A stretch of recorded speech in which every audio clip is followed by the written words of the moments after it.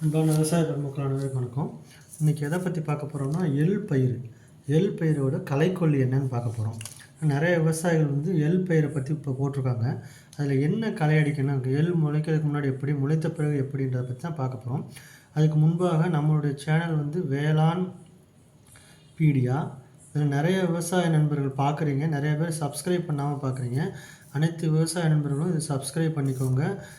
Bell பட்டனை அமுக்கி join பட்டனை அமுக்கி சப்போர்ட் பண்ணுங்கள். இப்போது நெல் பயிரில் எள் விதைச்சிட்டோம். எள் விதைச்ச பிறகு என்ன களைக்கொல்லி போடணும்னா 2 வகையான களைக்கொல்லி போடலாம். ஒன்று 3 நாட்களுக்குள் போடக்கூடிய களைக்கொல்லி, 3 நாட்களுக்குள் போடக்கூடிய களைக்கொல்லி. இது ப்ரீ எமர்ஜென்ஸ் அப்படிம்பாங்க. களை முளைப்பதற்கு முன்பாக போடக்கூடிய களைக்கொல்லி.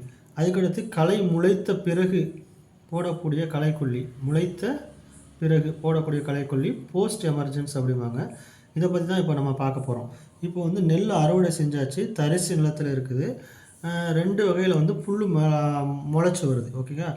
நெல்லை அறுத்த பிறகு எள் போடுவாங்க. இன்னொன்று ஒரு காய்கறி பயிர்களை போட்ட பிறகு காய்கறியை அறுத்துட்டு எள் போடுவாங்க. இந்த 2 சமயமாக இருந்தாலும் சரி தான் புல் முளைச்சி வரும் வேகமாக. இப்போ ஃபஸ்ட்டு பார்த்தீங்கன்னா ப்ரீ எமர்ஜென்ஸ்னால் புல்லும் களையும் முளைக்கிறதற்கு முன்பாக உள்ளது. அதாவது 0 to 3 days, 3 முதல் 0 நாட்களுக்குள் அடிக்கக்கூடிய களைக்கொல்லி. இது பெண்டிமெத்தலின் அப்படிவாங்க.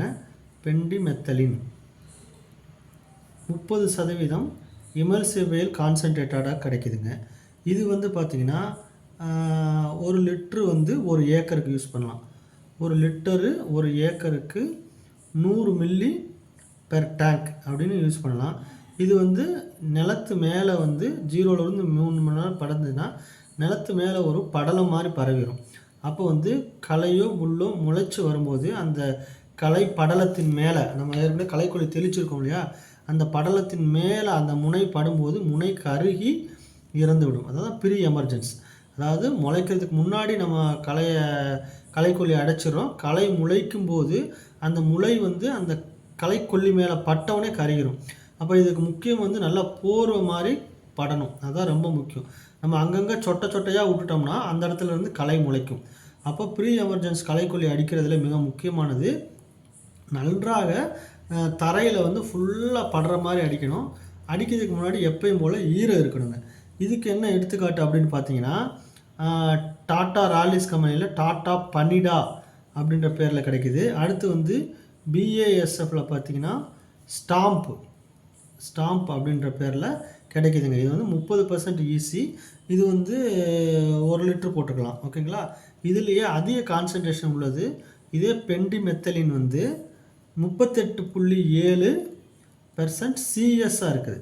சிஎஸ்னால் கேப்சூல் சஸ்பென்ஷன். அதாவது கேப்சூல்னால் அது கெமிக்கல் உள்ள கேப்சூலுக்குள்ளே கிடக்கும். அதனால் இது ஃபஸ்ட்டு உள்ள அந்த நம்ம சொன்னோம் இல்லையா பனிடா, அதை விட 30% ஈஸியை விட இது நல்லா பவர்ஃபுல்லாக இருக்கும். நீங்கள் கொஞ்சம் கொஞ்சமாக அந்த களைக்கொல்லி பயிர் மேலே களைகள் மேலே செயல்பட்டு களையை கொல்லக்கூடியதுங்க.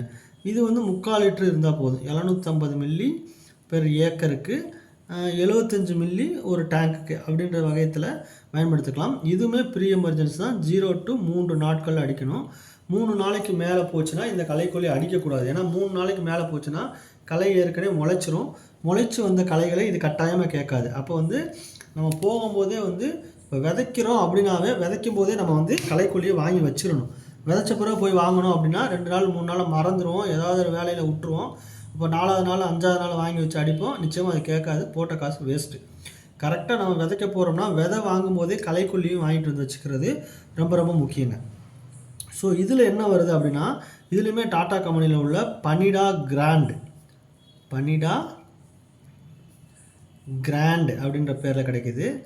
ஸ்டாம்ப் எக்ஸ்ட்ரா அப்படின்ற பேரில் நம்ம BASFல கிடைக்குதுங்க. இது ரெண்டுமே பெண்டிமெத்தலினோட சிஎஸ் ஃபார்முலேஷன். ஓகேங்களா. இது ரெண்டுமே ப்ரீ எமர்ஜென்சி, அதாவது களை முளைக்கிறதுக்கு முன்பு அடிக்கணும். இப்போ களை முளைச்சிருச்சுங்க. நம்ம களை முளைக்கிறதுக்கு முன்னாடி அடிக்காமல் விட்டுட்டோம். களை முளைச்சிருச்சு. களை முளைச்ச பிறகு 2 இலை 3 இலை வந்துச்சு. அந்த சமயத்தில் அடிக்கக்கூடிய களைக்கொல்லி போஸ்ட் எமர்ஜென்ஸ். இந்த போஸ்ட் எமர்ஜென்ஸ் களை ப்ரீ எமர்ஜென்ஸ் களைக்கொல்லி அடிக்கும்போது உங்களுக்கு வந்து என்னென்னா இலைக்களைக்கும் கேட்கும், புல்வகை களைகளுக்கும் கேட்கும். ஆனால் போஸ்ட் எமர்ஜென்ஸ் களைக்கொல்லியில் வந்து ஒன்லி புல்வகை களைகள் மட்டும்தான் கேட்கும். ஏன்னு கேட்டிங்கன்னா எள்ளு வந்து ஒரு இருவித்தலை பயிர். அப்போ அந்த இருவித்தலை பயிரில் வரக்கூடிய புல்வகை களைகளுக்கு மட்டும்தான் கேட்கக்கூடியது தான் இந்த போஸ்ட் எமர்ஜென்ஸ் களைக்கொல்லி. இதில் வந்து பூண்டு, இலைக்கலை அதெல்லாம் இருந்துச்சுன்னா நம்ம கையில் தான் எடுக்கணும். ஏன்னா நிறைய பேர் சொல்லுவாங்க இந்த அடித்தீங்கன்னா புல்வகை களைகளை தவிர மற்ற எல்லா களையும் கேட்கும் அப்படின்லாம் சொல்லுவாங்க.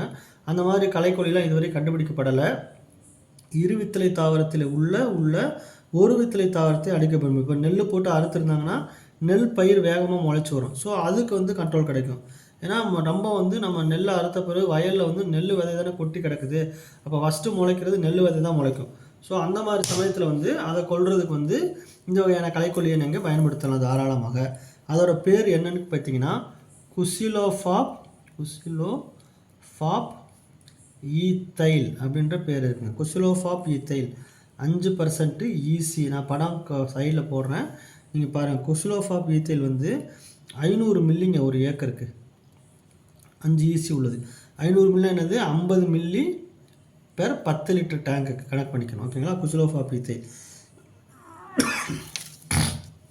இது எந்தெந்த நீங்கள் ஏற்கனவே நிறைய விவசாயிகள் அடிச்சிருப்பீங்க. தர்கா சூப்பர்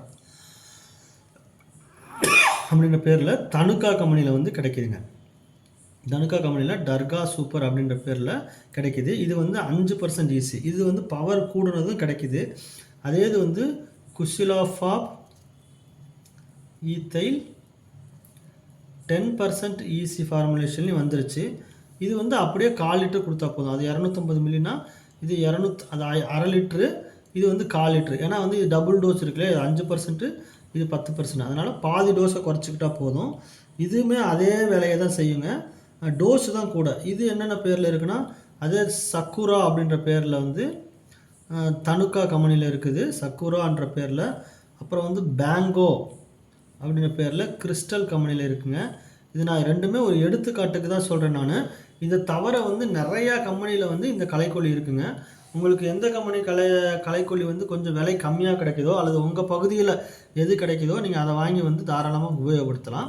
நான் சொல்கிறது வந்து பொதுவாக கிடைக்கக்கூடிய எல்லா ஏரியாலையும் கிடைக்கக்கூடிய களைக்கொல்லி. தனுக்கா கம்பெனி வந்து மேக்ஸிமம் எல்லா ஏரியாலையும் கிடைக்கும். அதே மாதிரி கிறிஸ்டல் எல்லா ஏரியாலையும் கிடைக்கும். ஸோ அதை சொல்கிறேன். இதை தவிர வேறு களைக்கொல்லிகள் இதே கெமிக்கல் இருந்தாலும் நீங்கள் அதை வாங்கி தாராளமாக பயன்படுத்தலாம். இது வந்து குசிலோஃபாப் ஈத்தைல். ஓகேங்களா? களை முளைத்த பிறகு சொன்னக்கூடியதான் நான் இது ரெண்டுமே. களை முளைத்த பிறகு வந்து 5% ஈசி, அதுக்கடுத்து 10% ஈசி. அதுக்கடுத்து பார்த்தீங்கன்னா ப்ரோபா குசிலோஃபாப் அப்படின்னு இருக்கும். ப்ரோபா குசிலோஃபாப் ஈத்தைல் இதுவுமே இதே குரூப்பை சேர்ந்தது, கொஞ்சம் அட்வான்ஸாக இருக்குங்க. ப்ரோபா குசிலோஃபாப் ஈத்தைல் இது வந்து 250 மில்லி தான் ஒரு ஏக்கருக்கு. ஓகேங்களா? இதுவும் நீங்கள் நிறைய பேர் உபயோகப்படுத்தியிருப்பீங்க. அடாமா கம்பெனியில் வந்து அஜில் அப்படின்ற பேரில் இருக்குங்க.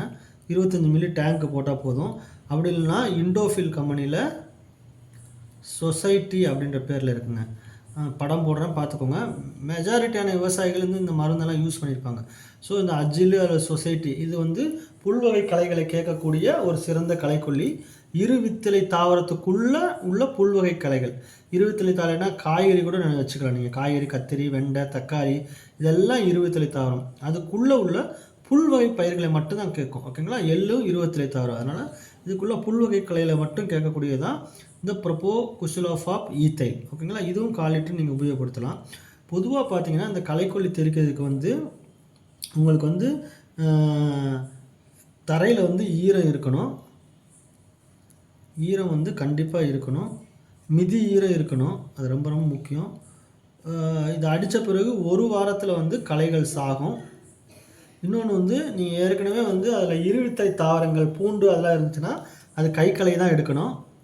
ஏன்னா இருவித்தலை தாவரத்தோடு உள்ள அழித்து அதோட சேர்ந்த களைக்கொல்லி நீங்கள் உபயோகப்படுத்தினா எள்ளு பயிரும் செத்து போயிடும். அதனால் வந்து தெளிவாக நம்ம விவசாயிகளாக வந்து நம்ம வந்து இந்த மருந்து தான் வேணும் அப்படின்னு கேட்டு வாங்கி உபயோகப்படுத்தணும்.